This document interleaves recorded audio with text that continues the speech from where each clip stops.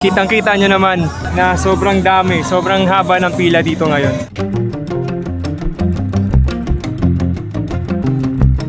Ang lupit lang kasi naisipan ni Diwata na maglagay ng station kung saan parang step by step ba, kumbaga. Hiwalay yung pila ng chicken at saka ng Paris Overload. Tapos, pagkatapos mo magbayad, may bibigay sila sa yung card. Yung card na yun para sa next station nila na pag gusto mo na soft drinks o tubig lang. Tapos yan, kukunin mo na yung bowl nila ng Paris. Tapos pupunta ka doon sa may bandang sabawan. Tapos lalagyan na ng sabaw. Tapos kanin. Tapos yun na, pwede ka nang kumain ka kung saan-saan. Ang lupit. Binugbog noon, dinudumog na ngayon. Yan ang kwento ng may-ari ng sikat na paresan sa Pasay na si Diwata. Marami kasi ang gustong makatikim ng kanyang pinipilahang pares at makamura sa mga pa-extra nila. At meron pa siya ngayong bagong produkto na patok sa kanyang mga customer. Kitang-kita nyo naman sa likod ko na ang dami pa rin tao. Kahit ang haling tapat. Sobrang init, dami pa rin tao dito sa Diwata. Nagkaroon na rin ng fan base Diwata sa social media. Diwata! Kumusta? Diwata ba? Nung bata pa talagang pangarap niya ng magiging? Hindi naman ako marunong magluto dati kasi ako lumaki ako sa probinsya sa amin sa Samar. Ngayon, ang source of income namin doon, di ba, magtataka talaga. Magtanim ng palay tapos magkupra, so ganon. Natin, mahaba yung pila pero may sistema kayong ginagawa. Yun yung maganda dito mga kapuso. Para mas na-manage yung mga dami ng tao, may yun nga, sistema na parang may station siyang kanya-kanya station pinupuntahan. tayo para hindi magulo, hindi malito yung tao, para makontrol natin kasi ang dami talagang kumakain dito. At saka huwag kayong susuko dahil kung hindi pa talaga para sa iyo ang panahon, subok lang. O subok lang. Kasi dati yung panahon na ayon din sa yung panahon. Katulad sa akin, marami na akong business na subukan. Pero ngayon na ako nag-boom kasi hindi ako sumuko sa mga habon ng buhay. Yan! So yun lang maibigay ko lang. Tama, agree? Agree? Tuloy lang. Yes! Tuloy nyo lang ang laban. Laban! At tuloy-tuloy lang din. So, nandito ako ngayon sa Diwata Paris Overload. Tapos kitang-kita nyo naman na sobrang dami, sobrang haba ng pila dito ngayon. Ang orderin ko ngayon ay yung Paris Overload para malaman natin kung talagang masarap ba talaga ang Diwata Paris Overload. Hintayin natin mamaya kung madadat na natin si Diwata. Tara!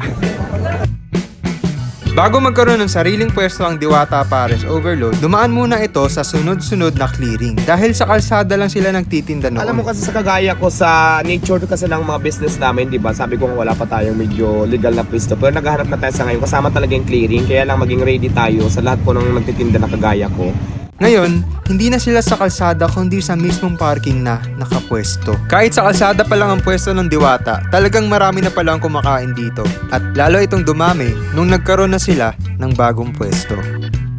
So, kung magtataka kung paano naging hindi magulo dito, sabihin ko sa'yo kung bakit. Ang lupit lang kasi naisipan ni Diwata na maglagay ng station kung saan parang step by step ba, kumbaga. So una magbabayad ka kung ano, Paris Overload at hiwalay yung pila ng chicken at saka ng Paris Overload. Pagkatapos mo magbayad, may bibigay sila sa yung card. Yung card na yun para sa next station nila na pagbibigyan pag gusto mo na soft drinks o tubig lang. Tapos yan, kukunin mo na yung bowl nila ng Paris.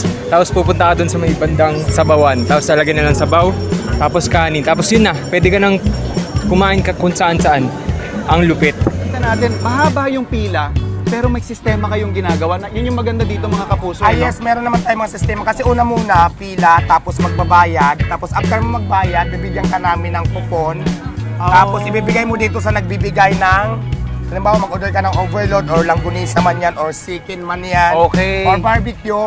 So ibibigay mo lang dito yung stub mo para mabigyan ka namin ng order. For example, nag-order ka sa akin ng overload. So, Overload. ito. Ako overload, syempre. Yun din ang dadayuhin ko dito. So, Tapos next nyan, dito sa kanin, sa kasabaw, sa unahan. okay. Dito, So, dito tayo. Diwata, yun yung magandang sistema mo dito, no? Na Oo. para mas na-manage yung mga dami ng tao, may yun nga, sistema na parang may station siyang Yes, kanya-kanya station pinupuntahan. tayo para hindi magulo, hindi malito yung Yes. tao, para makontrol natin kasi ang dami talagang kumakain dito. At kitang-kita nyo naman sa likod ko na ang dami pa rin tao. Kahit ang haling tapat. Sobrang init, ang dami pa rin tao dito sa Diwata. Hintayin ko na lang siguro si Diwata kung makakapunta siya dito. Pero di ko alam kung sa init ng panahon ay magtatagal pa ako dito. Binugbog noon, dinudumog na ngayon. Yan ang kwento ng may-ari ng sikat na paresan sa Pasay na si Diwata. Nagmula sa kalangitan, lumagapak sa kalupaan, narito na sa inyong harapan ang nag-iisang diwata na mukhang kawatan. Pero interesting kasi isa siyang construction worker, di ba? Ang interesting na kanyang kwento. Naaalala nga kita yung pagsali mo dito. Hanggang ngayon yan, yun ang construction Opo, worker. dito lang po ako nagtatrabaho sa may ano lang, sa likod, harap lang ng ABCBN, sa Scout Borromeo Corner, Morato. Ano yung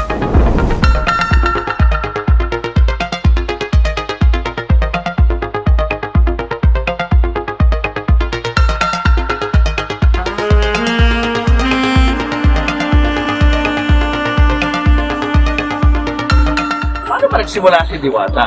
Si Diwata ba, nung bata pa, talagang pangarap niya na maging Hindi. magluto? Hindi naman ako marunong magluto dati kasi ako lumaki ako sa probinsya sa amin sa Samar. Grabe, wala pinipiling oras yan. Seryoso? Walang patay na oras. Grabe naman sa Diwata. Haba oh. Pila rin tayo. Yan oh. Sobrang daming tao. Nagtitinda na naman ng ice cream. Minsan nahuli ko silang position doon sa ilalim ng tulay, sa kung saan ako nakatira. Sino po ba dinadayo dito? Si Diwata po ba o yung pare? Actually talaga feeling ko ako talaga yung pinupuntahan. Second choice na lang yung tinda ko. At saka huwag kayong susuko dahil kung hindi pa talaga para sa iyo ang panahon, subok lang. O subok lang. Kasi dati yung panahon na ayon din sa yung panahon. At tulad sa akin, marami na akong business na subukan. Pero ngayon lang ako nag-boom kasi hindi ako sumuko sa mga hamon ng buhay. Yan! So yun lang maibigay ko ng Tama, agree? Tuloy lang. Yes! Tuloy nyo lang ang laban. Ano po gusto niyong tawag ko sa inyo? Madam, boss, sir, ano po? Mrs. Ay, wow. Legal word. Just call me Mrs. Just ka call lang. Mrs. Diwata. So, My name is Dio Balbuena, aka Diwata, na from Samar. At ngayon po, may-ari na po ako ng Diwata Paris Overload na talaga namang pinupuntahan ng mga maraming tao. Matagal na ako dito sa lugar na to kasi dati sa ilalim na ako ng tulay dito din sa lugar na to sa unahan. Nung hindi pa ako nagtitinda ng ganito, hindi pa ako nagpapares. Tapos hanggang sa nagtinda na ako, dito pa rin ako. Hanggang ngayon. Pinky. Ayun, dati naman talaga, wala akong idea dito. Mayroon akong friend, kasi ang tinda ko lang dati, mga sigarilyo, soft drinks, mga merienda. Mayroon akong friend na magaling magluto. Ang ginawa ko lang dati, nung kumikita ang tindahan ko, nag-ipon ako at bumili ng gamit. Tapos yung friend ko, tinulungan ako. Siyang nagluluto, nagkantin kami, tapos nagparis. Ayan, si Diwata kasi lumaki talaga ako from Samar. Pero siyempre kami mga probinsyano, dahil mahirap lang naman kasi talaga yung buhay naman sa probinsya. Kasi ang source of income namin doon is magsasaka kami, nagtatanim ng palay, nag-aani, nag-aabaka. Kasi dumating sa point talaga na sa ilalim ako ng tulay nakatira. Ayun yung mga time na down ako. Alam mo yung time na wala kang makain. Tapos yung source of income yun yung nangangalakal ka. Alam mo ba yun? Naiyak ako. Ayoko. Alam mo yung naiyak ako pero ayoko sanang umiyak kasi ayun, yung karanasan sa buhay siguro na parang hirap ibalik. Wala ka namang ginagawang masama. Lahat na ng diskriminasyon na sa akin na, alam mo yung nilalaban ko yung sarili ko. Tapos lahat ng taong diskriminasyon sa iyo, yung lahat na lalaiting ka, parang hirap. Parang kung maaari sana, ayoko na sana kami ibalik yun. Yun yung mga hindi ko makakalimutan sa buong buhay ko. Nakaiyak. Pause ako, sorry. Hello mga Mars! Ang message ko lang sa inyo, wag lang kayong sumuko sa mga pagsubok na yung dinaranas ngayon. Basta ituloy nyo lang, kung nadapa kayo bumangon, lalo nyo panggalingan, lalo pa kayo magporsige. Kasi nainiwala talaga ako na ang swerte pa na panahon yan talaga mga Mars. Dahil ang pagsubok na pinagdaanan, tuloy lang sa biyahe, tuloy lang buhay, everything will be alright mga Mare.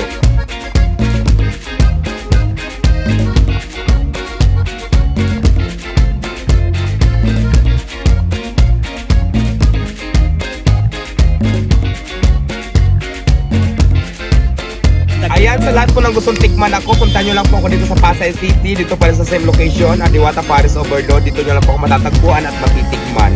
Kaya na pang hinintay nyo, tara, tikman nyo na ako.